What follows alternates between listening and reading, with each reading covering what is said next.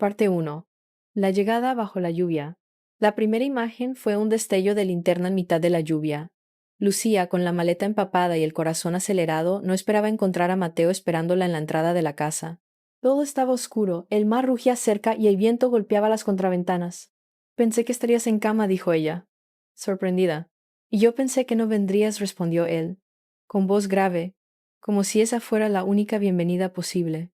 El pasillo olía a humedad y madera antigua. Una mesa puesta con un plato a medio comer. La luz parpadeante de una bombilla cansada. Aquello no era el recibimiento que había imaginado, ni sonrisa ni calor, solo un silencio que parecía medir cada uno de sus pasos. Durante la cena, Mateo la observaba sin disimulo. Apenas probó la sopa, pero soltó de pronto. Cuando te miro no veo a la esposa de Álvaro, veo a alguien perdido. Lucía dejó caer la cuchara. No supo qué contestar.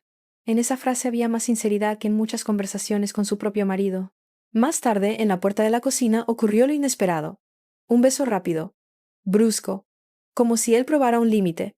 Ella retrocedió de inmediato. Esto no puede ser, murmuró, y se encerró en su habitación. Por la mañana, al abrir su maleta, sintió un escalofrío. El pañuelo de seda que siempre llevaba con ella no estaba allí. Minutos después lo encontró, perfectamente doblado, en un cajón del mueble de Mateo. ¿Cómo había llegado hasta allí? Parte 2. El silencio de la casa. El amanecer llegó gris, con un cielo bajo que parecía aplastar la costa. Lucía preparó café en la cocina, intentando ignorar lo ocurrido la noche anterior. El ruido de la cafetera era lo único vivo en aquella casa que parecía respirar despacio, como si cada habitación guardara un secreto. Mateo apareció apoyado en su bastón, aunque ella notó que se movía con más firmeza que el día de su llegada. Se sentó frente a ella y desplegó el periódico. Durante varios minutos no dijo nada, solo pasaba páginas, como si el sonido del papel fuera una respuesta en sí mismo. «¿Dormiste mal?», comentó al fin, sin mirarla. «¿Cómo lo sabes?» «Porque tienes los ojos de quien huye en sueños». Ella quiso cambiar de tema, pero la frase le quedó clavada. El silencio posterior fue aún más incómodo que las palabras. Para distraerse, Lucía decidió recorrer la casa. Pasó por un salón repleto de fotografías antiguas, un estudio lleno de polvo y una biblioteca con estanterías inclinadas. Cada espacio parecía detenido en el tiempo. De pronto, un cuadro torcido en el pasillo llamó su atención. Detrás había una pequeña grieta con papeles doblados. No se atrevió a tocarlos. Al caer la tarde, Mateo propuso leer juntos en el salón. La chimenea crepitaba y el ambiente parecía más cálido. En un momento, él cerró el libro y la miró fijamente. «¿Crees que el amor dura o solo sobrevive por costumbre?» La pregunta quedó flotando en el aire, imposible de esquivar. Lucía tragó saliva sin saber qué responder. Y entonces el sonido de un golpe en una ventana los interrumpió. Parte 3. La tormenta interior. La ventana golpeaba sin descanso por el viento. Lucía se levantó para cerrarla, pero Mateo ya estaba allí, apoyado en el marco con su bastón en la mano. La cercanía resultó inesperada. Durante unos segundos quedaron atrapados en ese espacio mínimo, escuchando cómo la tormenta sacudía la costa. «Nunca respondiste», dijo él en voz baja. «¿Responder a qué?» «A lo que te pregunté, si el amor dura o si es solo costumbre». Ella respiró hondo, buscando una salida. «Depende de quién lo viva», contestó, sin convencimiento. Mateo la dio la cabeza, como si esa respuesta confirmara algo que ya sospechaba. De pronto, sin aviso, un rayo iluminó la sala. El estruendo hizo vibrar los cristales, y Lucía, instintivamente, se aferró a su brazo. Fue entonces cuando ocurrió. Un beso breve, pero cargado de una tensión que ninguno quiso nombrar. Ella se apartó con el rostro encendido. «Esto no debió pasar», susurró, apartando la mirada. «Precisamente por eso lo recordarás», replicó él. Con calma. Lucía volvió a su habitación, pero esa noche no encontró descanso. El eco de la tormenta se confundía con el de sus propios pensamientos. Cada mirada, cada palabra de Mateo le pesaba más que los silencios de Álvaro, su marido. En la madrugada, incapaz de dormir, bajó a la cocina. Allí lo encontró sentado con un vaso en la mano, como si nunca se hubiera movido. «¿Tú tampoco puedes dormir?», preguntó él, sin levantar la vista. El reloj de pared marcó las 3 de la mañana. El silencio de la casa parecía demasiado grande para los dos. Parte 4. Las cartas escondidas. La cocina estaba en penumbra, iluminada apenas por la luz tenue de la campana. Mateo giraba lentamente el vaso entre sus dedos, como si buscara respuestas en el fondo vacío. Lucía se sentó frente a él sin decir nada. El silencio era tan espeso que parecía un tercer invitado en la mesa. «¿Alguna vez has sentido que vives una vida que no es tuya?», preguntó de pronto, rompiendo el aire. Lucía se tensó. Esa frase le golpeó con más fuerza que cualquier confesión. Recordó cenas mecánicas con Álvaro, conversaciones repetidas, la rutina convertida en pared. Trató de responder, pero solo logró asentir. Él la observó en silencio y cambió de tema. Abrió un cajón y sacó una caja de madera. Dentro había cartas antiguas, postales gastadas, fotografías en blanco y negro. Empezó a leerle fragmentos de aquellas cartas con voz baja, casi íntima, como si le estuviera confiando algo que nunca había compartido con nadie. Cada palabra la envolvía más.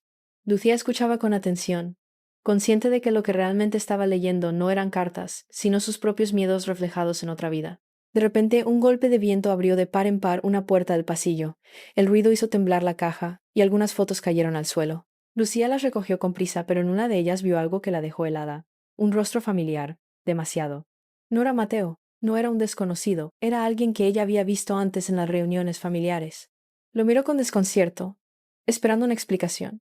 Mateo simplemente sonrió, como si supiera que esa intriga la obligaría a quedarse. Parte 5. La grieta en la confianza.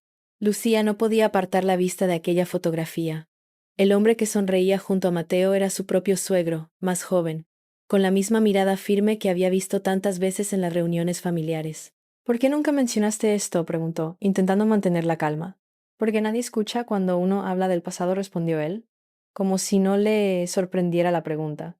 La respuesta le generó más preguntas que certezas. Una parte de ella quería levantarse y marcharse de inmediato, pero otra necesitaba entender por qué ese vínculo estaba escondido. El día transcurrió pesado, marcado por silencios prolongados. Mientras ordenaba la cocina, Lucía notaba los ojos de Mateo siguiéndola. No era deseo lo que percibía, sino una mezcla de complicidad y advertencia, como si él viera más de lo que ella se atrevía a mostrar. Por la tarde la tensión estalló en un simple detalle. Ella dejó caer una taza y el sonido del vidrio roto llenó la estancia. Mateo, en lugar de reprenderla, soltó una frase desconcertante. Te rompes igual que las cosas que intentas sostener demasiado fuerte. Lucía sintió un nudo en la garganta. No sabía si enfadarse o agradecer esa brutal sinceridad.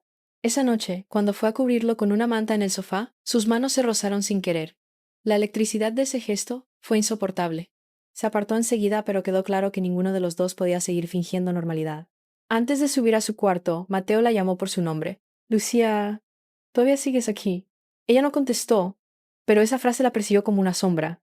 Parte 6. La calma tras la tormenta. La mañana amaneció gris y silenciosa. La lluvia había cesado, pero las nubes aún cubrían la costa como un telón pesado. Lucía se apoyó en la ventana, observando cómo los barcos desaparecían entre la niebla. Mateo estaba detrás de ella, en el umbral de la sala, sin moverse, con el rostro sereno. No era tuyo desde hace tiempo, dijo él, en un susurro que parecía mezclar alivio y resignación.